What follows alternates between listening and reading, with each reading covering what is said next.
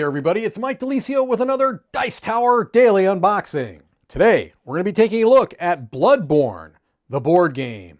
From CMON, designers Michael Chanel and Eric Lang, and this is based off of a video game, and if you didn't know that offhand, you probably would right here because you can see that it's a Sony PlayStation licensed product. Now, I have to say, I am not terribly familiar with this series. I mean, I'm aware of it, but I don't know that I've played any of them. 1 to 4 players, 60 to 90 minutes.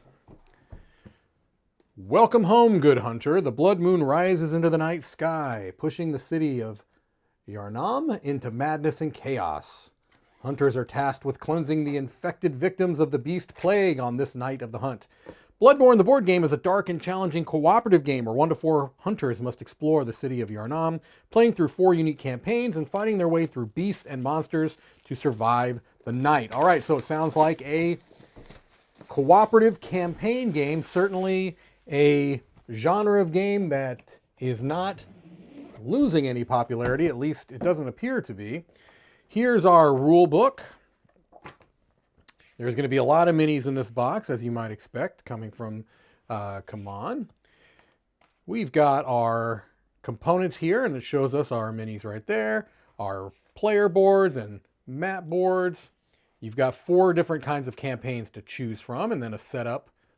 It shows you how to set up those campaigns.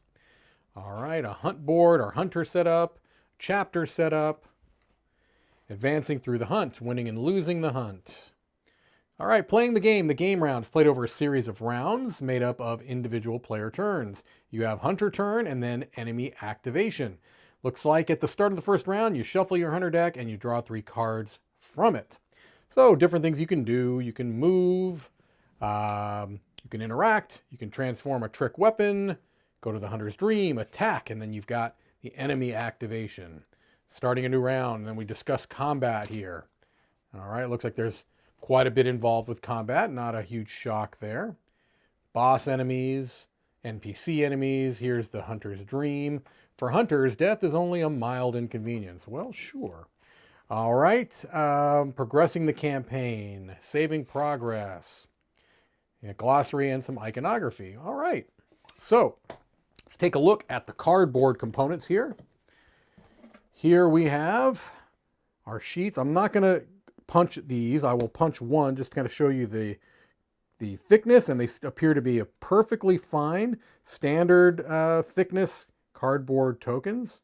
Absolutely nothing there that is terribly remarkable one way or the other. Here are tiles. Okay, so pretty dark, evocative art as you might expect. The theme kind of appears to lean into that. Again, my ignorance of the video game, I apologize for that. I'm sure this is evocative of what the video game is like. I can't imagine it would not be. All right. These are clearly the map tiles. And we've got a couple more here. Well, yeah, just one more set of map tiles. And then we've got our hunter board. Actually, I think that's what it was called. I can't remember. A board of some type. All right, we've got a whole lot of miniatures, but we also have a whole lot of cards. My goodness. Lots of cards. So these are actually what I imagine would be the hunter board. Sorry. Here's Saw Cleaver. 2 sides. And it looks like there's different abilities there. So apparently you can play both. Threaded Cane would be the weapon, not the name of the character. Hunter Axe, and Ludwig's Holy Blade. All right, so different ways you can play those. We've got some large cards here, kind of the tarot sized cards, player aids right off the top.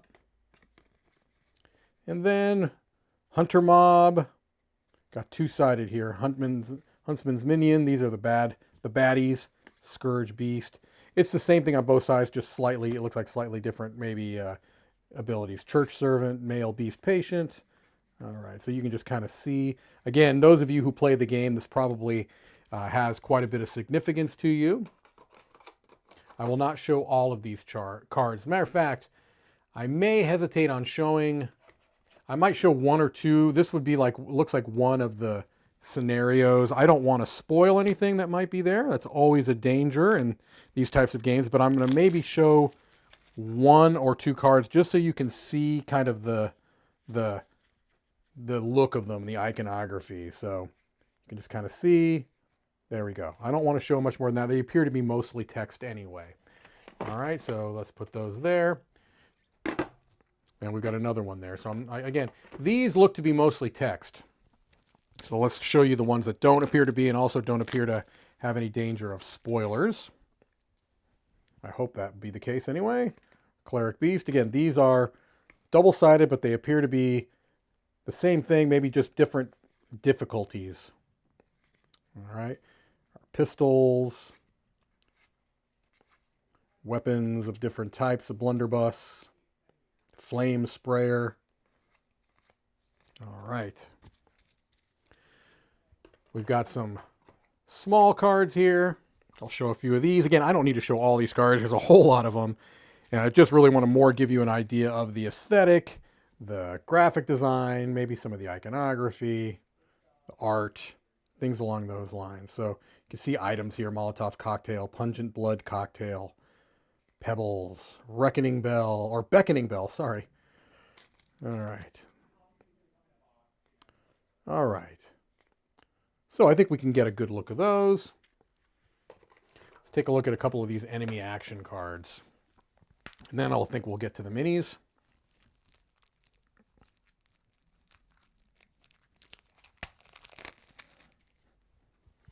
All right, so here we see enemy action. Ah, okay. Basic. Some of these are basic. Some of them are more. Ah, okay. Phase 1 Cleric Beast. So I guess it depends on we have different ones for different types of enemies.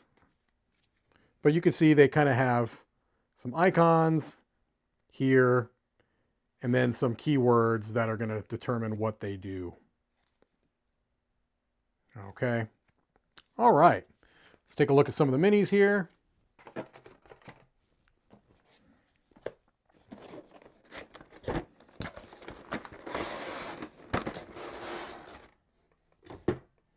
All right, so they come kind of staggered like this.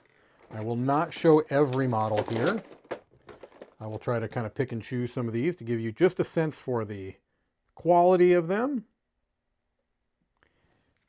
I'll try to pick some of the ones that appear to be a bit more striking. This is one of our heroes, so I'll just pick this one with the huge sword there. Okay. And then let's also look at some of the big bads, right? Because these are some pretty impressive models here, like this. That's a large scale mini right there. I'm going to save the biggest for last. Here's what looks to be a mob. All right. Yeah, don't think I want that brick coming at me. Okay.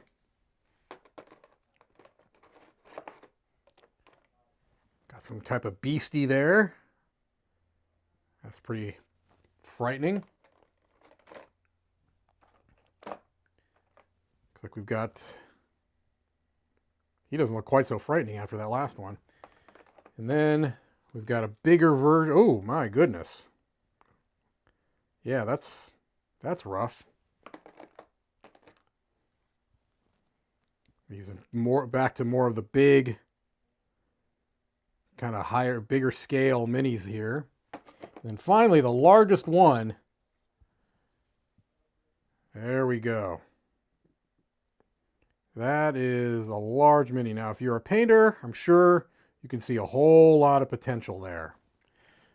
All right, well, ladies and gentlemen, I think that gives us a pretty good idea of what you're going to find inside the box of Bloodborne, the board game. Thank you for watching another Dice Tower Daily Unboxing.